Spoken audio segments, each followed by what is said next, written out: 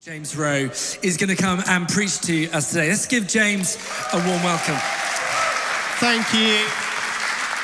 Thank you so much. Dan, before you go, knock knock. Who's there? Interrupting cow. Interrupting. Moo. Wow. Moo. Just poor. Just poor. That is a joke that our children brought home a couple of weeks ago from school, and they keep repeating over and over and over again. So I don't answer any knock-knock jokes anymore. But it's also a segue into what our reading is going to be this morning. A slightly strange segue, you might think. But we're looking at Jesus's famous words on prayer in Matthew 7. Ask, seek, knock, knock.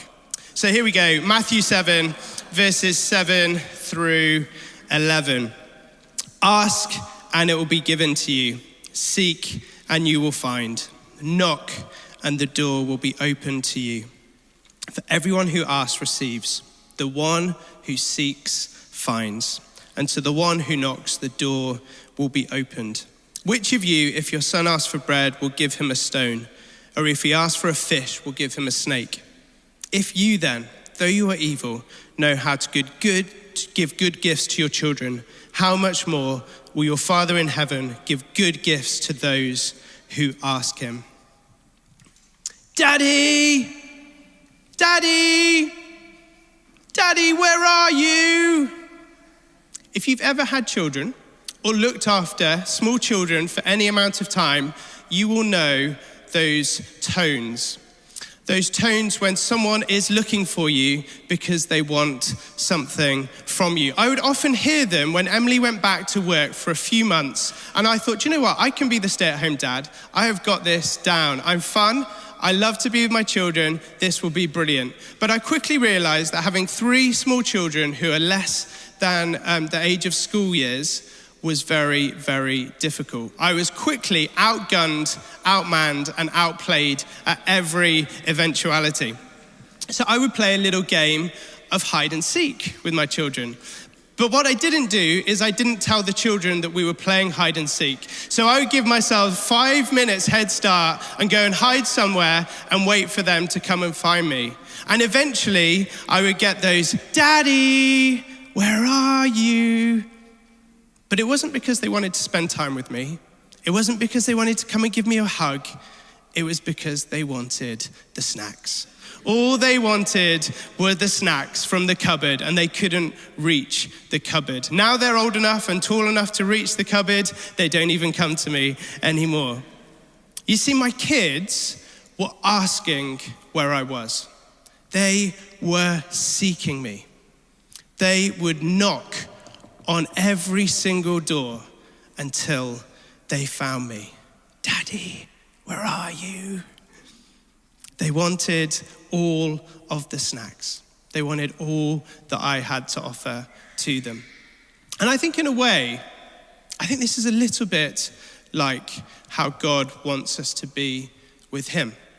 Not so that we can get all of the good snacks and all the good treats out of him, but because he wants to be found by us.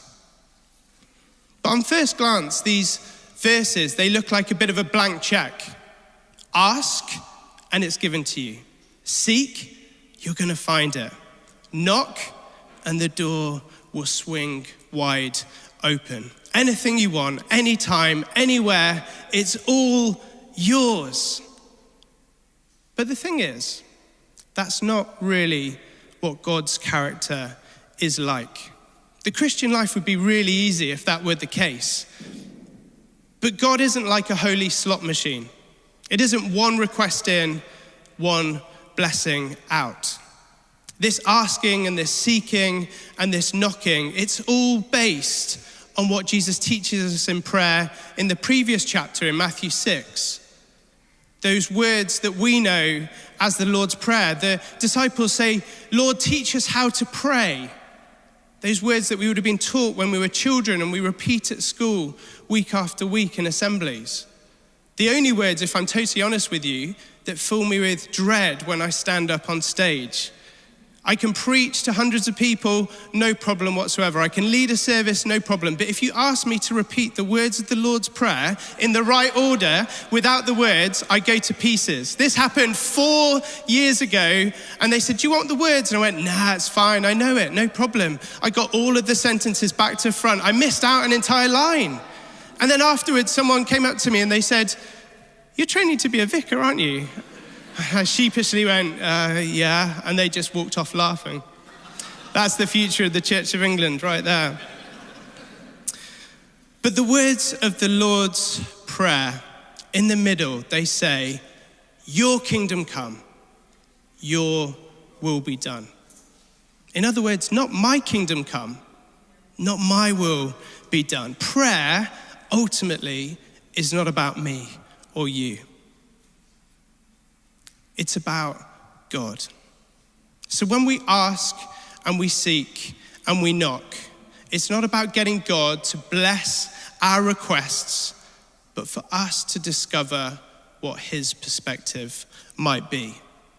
We have to be the ones who are willing to change. Søren Kierkegaard was a 19th century Danish philosopher. And he said this, that I think about regularly, and I think it's really helpful for us as we think about prayer.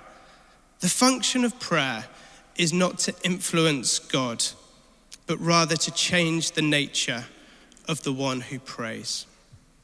Am I willing and up for being changed, for my nature being changed as I come to God in prayer? True prayer is not about us trying to convince God of something that we think we want or we need, but about us saying to him again and again, not my will be done, but yours. Not my kingdom come, but yours. I want to see your perspective. And the beautiful thing about this methodology of prayer is it's so simple. It's 3 letters that spell out the first of our words, A-S-K, ask, seek, knock. We can apply this principle to all the areas that we want to pray about in our lives. But today I just want to focus on one in particular. And that's working out how we can serve God in our communities right here, right now. How can we see what God might want us to do with our lives? You know, we talk about regularly in the church that we're created for relationship. Relationship vertically between us and God, but then relationship horizontally, being with other people as well. We gather together on the church, as the church on a Sunday morning, Sunday evening, at different points throughout the week, for Safe Haven, for Alpha, for midweek groups, all of these things so that we can discover more about who God is and who he has created us to be as a community. And part of this relationality is when we look for opportunities to serve God. Not because he's a hard taskmaster who says, you've got to do this to be a better Christian, or you've got to do this to attain some level of holiness, but because it's an overflow of our worship. Because we want to say, this is how I want to live my life in response to the lavish grace and kindness that God offers to us. Jesus reminds us later in Matthew in chapter 25, he says, whatever you do for one of the least of these brothers and sisters, you do it for me. Whenever we serve our community, we do it for Jesus. And so our default position as the people of God is to look for these opportunities wherever and whenever they might be to be a people of service, to play our part as best as we can, despite our finite capacity, despite our tendency to mess things up and get things wrong, in the renewal of all areas of society. God doesn't just care about a thin slice of the community. He cares about all of it. He doesn't care about just a thin slice of history. It's all his story. But I understand it's not always easy to discover, well, what might God be calling me to do with my life? You know, life goes so fast. It feels like just keeping your head above water sometimes is miraculous. I mean, it's February. How did we get to February? Where did January go? Life goes at 100 miles per hour. And we see all of the stories on the news of everything that's going wrong. Even when we look at our own lives, we can think, how on earth do I survive? Our lives can feel overwhelming. And we can go from one extreme to the other, I think, where we think, actually, what can little old me do in a world that is so big and so broken and so hurting?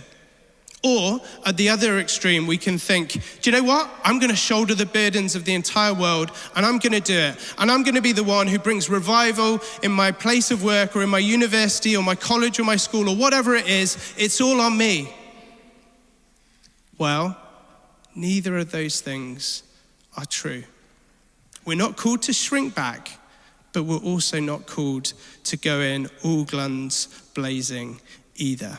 We are simply called to join in with what God is already doing. We tell the story, don't we, of St. Peter's being replanted in 2009 by a team who came from HTB. Archie, Johnny, the rest of the team who came down. But the thing is, they weren't like SAS commandos who came and just dropped in to come and save the day. No, the story began with a group of grannies. A group of grannies who said, you know what? We know that this church is a place of good news, a place of hope, a place of community where people can come and experience the goodness and the joy that is to be found in Jesus. Do you know what? The real SAS commandos were those group of grannies. It wasn't a rescue story as Johnny and Archie came like Batman and Robin to come and save the day. They were not the heroes. God was already here a long time before they came.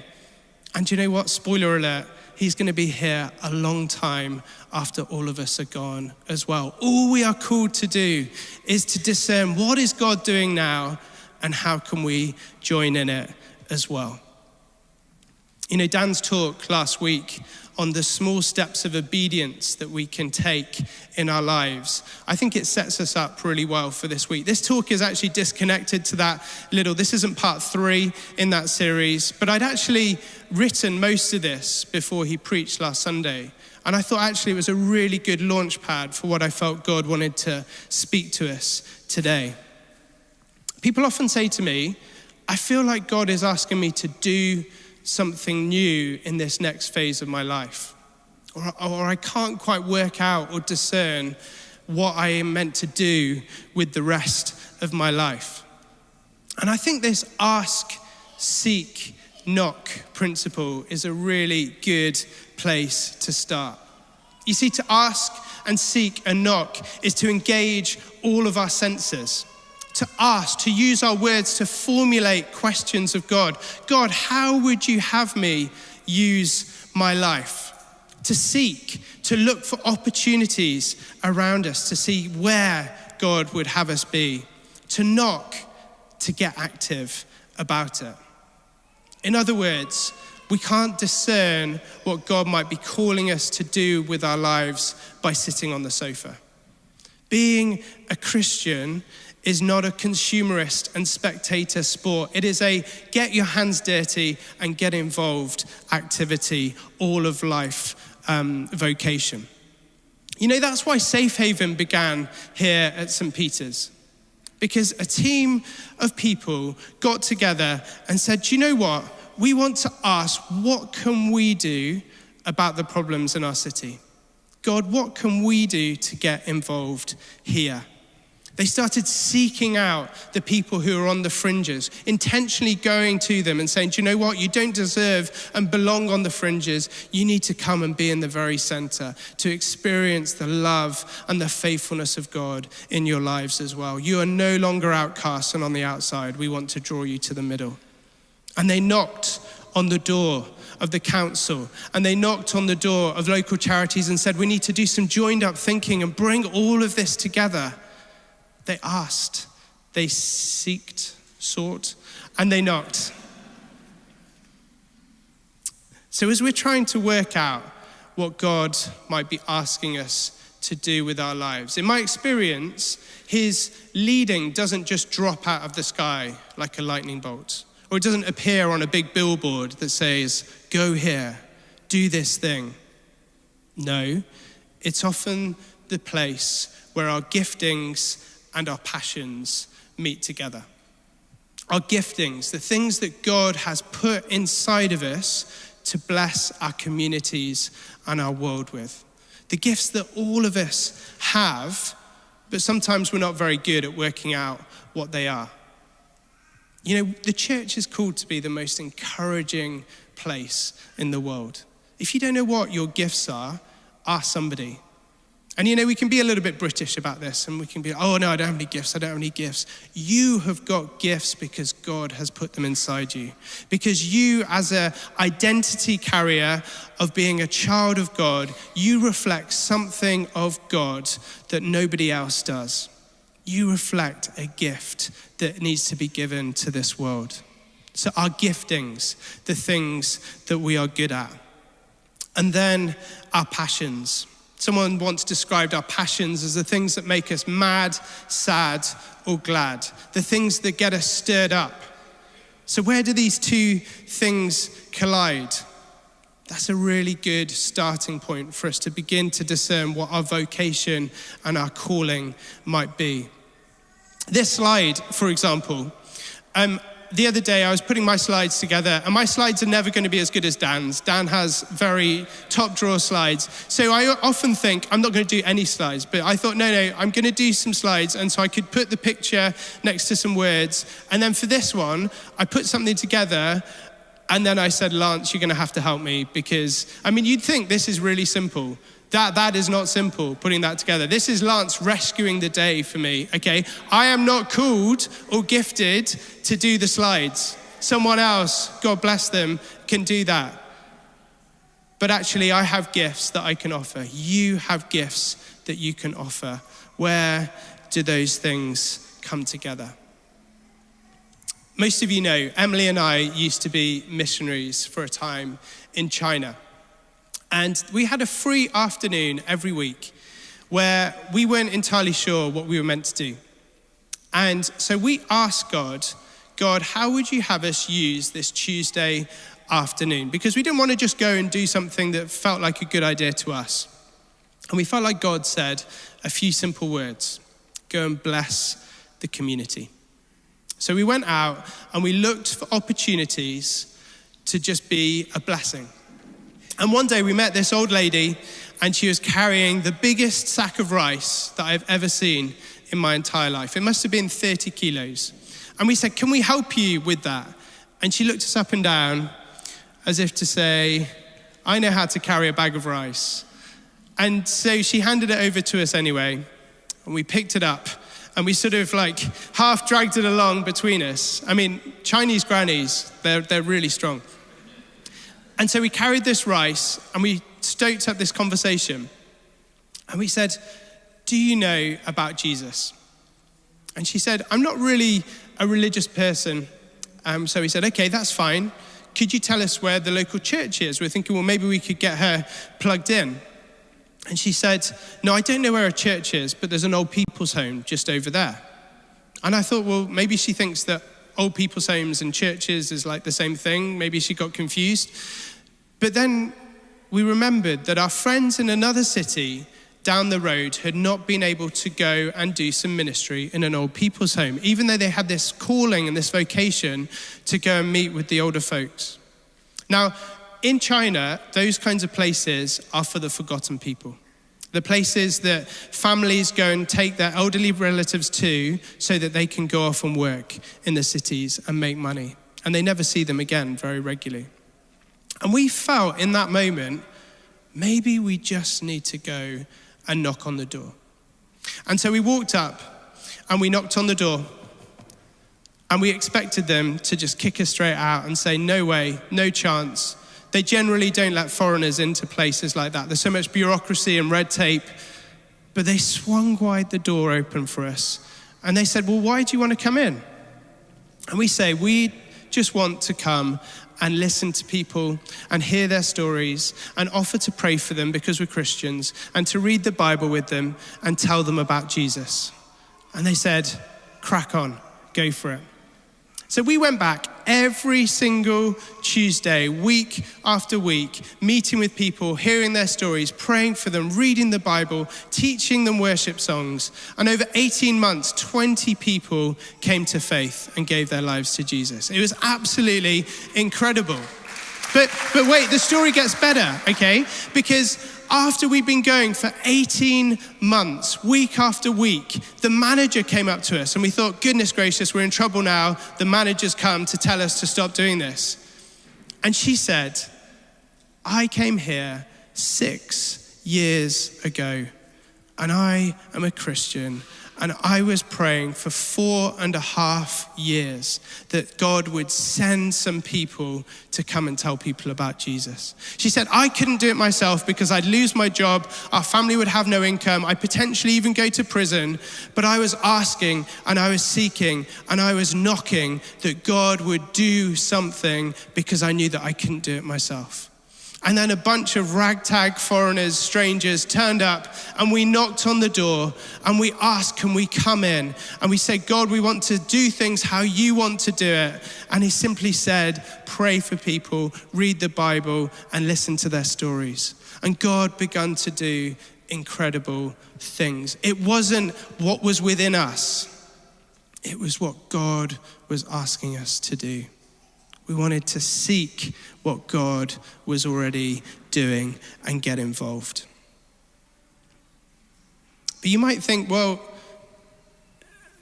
that sounds good, that sounds exciting even, but it also feels a little bit overwhelming. Where can I start? Well, my encouragement to all of us this morning is if you're not involved in a team or a ministry or a group here at St. Peter's, get involved. If you don't feel like you've got a great big grand vision for your life of what God has called you and asked you to do, serve someone else's vision until he makes it clear. To serve under someone else's vision is such a wonderful thing. You can learn so much about what community looks like, learn so much about what it is to experience the presence of God as a people together. Get stuck in. You will not regret it.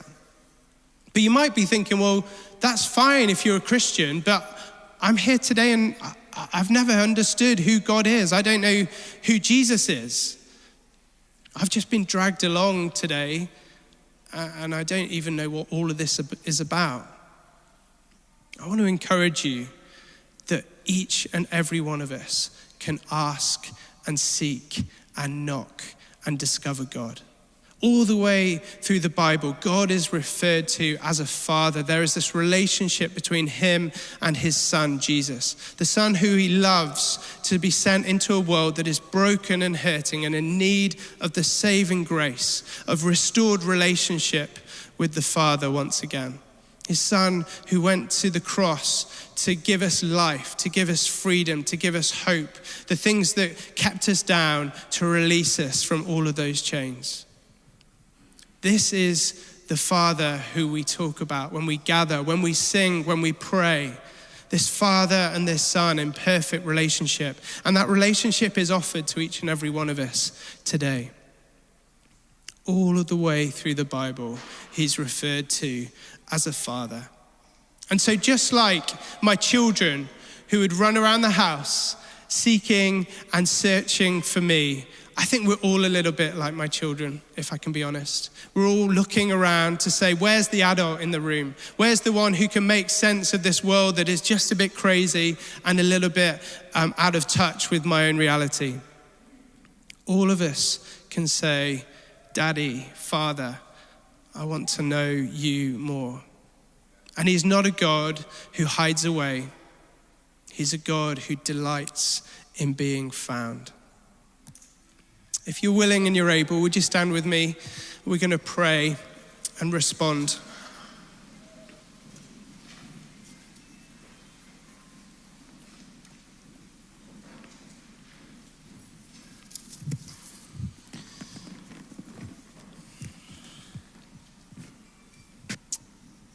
You know, our world is so fast-paced.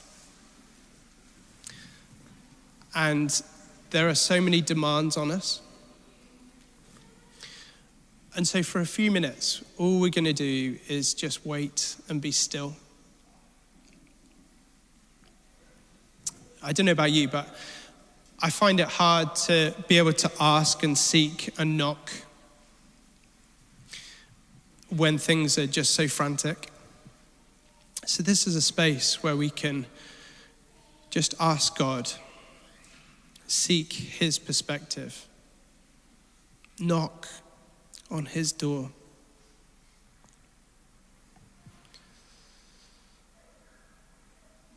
So Lord, as we wait on you,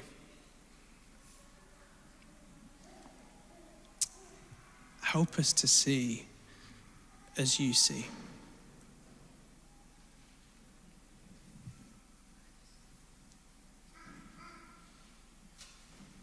Help us to discern how you would have us lead our lives.